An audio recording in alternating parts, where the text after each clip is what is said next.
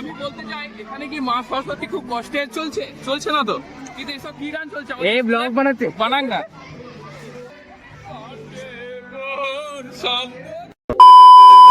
তো ফাইনালি চলে এসেছি আমাদের স্কুলের কাছে। তো আজকে স্কুলে পুজো দেখবো আমরা, আমি আর মা এসেছি। তো চলো এবার স্কুলটা ভেতর থেকে দেখা যাক। এই যে ডান দিকে জায়গাটা দেখতে পাচ্ছ, বিল্ডিং এর সামনে যে ফাঁকা জায়গাটা পড়ে আছে, এখানে আমরা সব বন্ধুরা মিলে ক্রিকেট খেলতাম। স্কুলের 4টে টাইমে আমরা খেলতাম। আর এই দিকে জায়গাটা, এখানে জামাই বলে একটা লোক বসতো, তো সে 2 টাকা ঝালমুড়ি বিক্রি করতো। এইদিকে বিল্ডিংটা নতুন, মানে আমি থাকতে থাকতেই তৈরি হচ্ছিল, তারপর আমি স্কুল ছেড়ে চলে গেছিলাম। তো যাই হোক, স্কুলটা এখন খুব সুন্দর লাগছে, চারিদিকে গাছপালা আর এত সুন্দর সুন্দর ফুলের বাগান একটা করা হয়েছে, দুধারে 2টো বাগান আছে। তো খুব সুন্দর লাগছে পরিবেশটা। তো চলো এবার ওপর থেকে তোমাদের দেখিয়ে নিয়ে আসি। এই যে সোজা ঘরটা দেখছো, এটা হচ্ছে অফিস রুম, আর এটা হচ্ছে 9-এ ঘর থাকতো আর 10-এ ঘর থাকতো। তো এখানে অরিন্দম স্যার আর জয়ন্ত স্যার কিছু জিনিস নিয়ে আসছে, আর এই ঘর থেকে আমরা তখন ক্রিকেট খেলার জিনিস নিয়ে আসতাম, ব্যাট বল। আর ওইদিকে সামনে যে ঘরটা দেখছো, ওটা হচ্ছে স্টাফ রুম, আর পাশে লাইব্রেরি আছে। তো লাইব্রেরিতে অফ টাইমে আমরা পড়তে আসতাম বন্ধুরা মিলে। তো খুব সুন্দর লাগছে স্কুলটা। যত দিন যাচ্ছে স্কুলটা আরো উন্নত হচ্ছে। এক সময় ছিল আমাদের স্কুলটা অনেকটাই ডাউন থাকতো, কিন্তু এখন আস্তে আস্তে উন্নত হচ্ছে স্কুলটা, খুব দ্রুতভাবে হচ্ছে, আসতে বলাটা ভুল হবে। তো এই নতুন বিল্ডিং এ এবারে পুজো হচ্ছে, তো পুজোর জোগাড়যন্ত্রী চলে দেখতেই পাচ্ছ। আর এক সময় আমরা সবকিছু জোগাড়যন্ত্রী করতাম, এখন সবটাই ইতিহাস। তো এদিকে এখন ইতিকার দিয়ে জোগাড়যন্ত্রী করছে পুজো, দেখতেই পাচ্ছ মা ওখানে দূরে দাঁড়িয়ে আছে। তো এই ঘরটা হচ্ছে আমাদের ক্লাস 5-এর সেকশনে, এই ঘরটাতেই আমরা সব ছেলেরা মিলে বসতাম।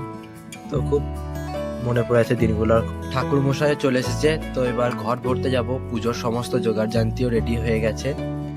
আর এই যে এটা হচ্ছে আমাদের সব্যসাচী স্যার, ঘর ভরতে যা বলা। আর ঘরটা ভরা হবে আমাদের স্কুলের পাশে যে রাজদিঘিটা রয়েছে, তো সেখান থেকে ঘরটা ভরা হবে। এখন ঘর ভরা হচ্ছে, দেখতেই পাচ্ছ।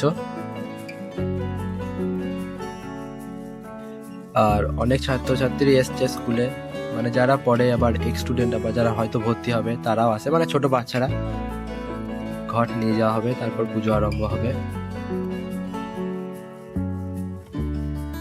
এইটা হচ্ছে আমাদের রান্নার জায়গা। তো দেখতেই পাচ্ছ খুব সুন্দর জায়গার মধ্যে রান্নাঘরটা করা আছে আমাদের এখানে। আজকে রান্না হচ্ছে, আর প্রত্যেক বছরই যখন সরস্বতী পুজো হয় তো খিচুড়ি করা হয়ে থাকে, তো সেটাই হচ্ছে। তো আমি এখন চললাম বাজার বনগাঁওয়াসী হাই স্কুলে, যেখানে আমার জীবনের আরেকটি অধ্যায় অতিবাহিত হয়েছে, মানে স্কুল লাইফে। তো এটা হচ্ছে আমাদের হাই স্কুল, বাজার বনগাঁওয়াসী শারদা স্মৃতি উচ্চ বিদ্যালয়। মানে স্কুলটা খুবই ভালো লাগে আমার, কারণ এখানে আমার টাইমটা খুব ভালো কেটেছিল বন্ধুদের সাথে। তো এখানে বন্ধুরা সব ছবি তুলছে, দেখতেই পাচ্ছ। আমি বলতে চাই এখানে কি মা সরস্বতী খুব কষ্টে চলছে না তো, কিন্তু এসব কি গান চলছে? এই ব্লগ বানাতে বানান না।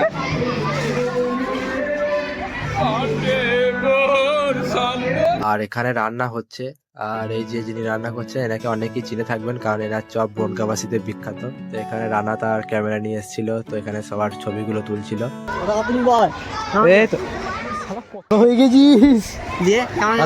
তো আমরা চলে এসেছি একেবারে রবীন্দ্র ভবনের সামনে। রবীন্দ্র ভবনে এবারও পুজো হচ্ছে। তো একটা সময় ছিল যখন আমিও এখানে যোগাযোগ একবার করেছিলাম, একটা বছরের জন্য, কারণ তারপরে এবারে সুযোগটা পাইনি আমরা।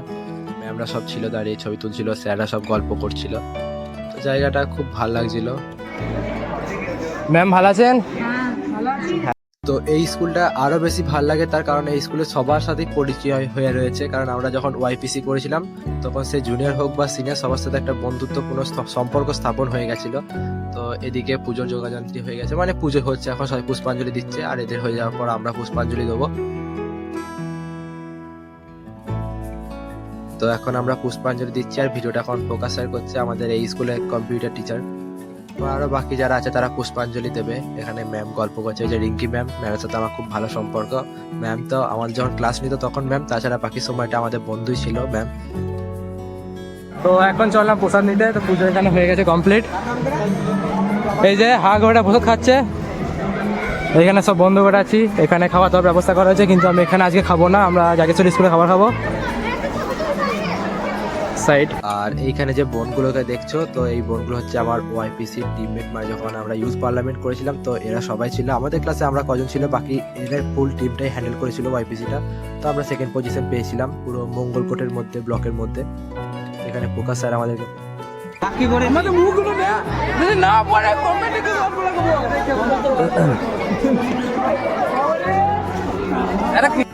তো আমি এখন আবার আমাদের জাগেশ্বরী হাই স্কুলে চলে এসেছি, আর এখানে এসে দেখতে পেলাম যে আমাদের স্কুলের যিনি ভারপ্রাপ্ত প্রধান শিক্ষক মহাশয় রয়েছেন অনুপ মাইতি স্যার, তো তিনি এখন সবাইকে প্রসাদ বিতরণ করছেন।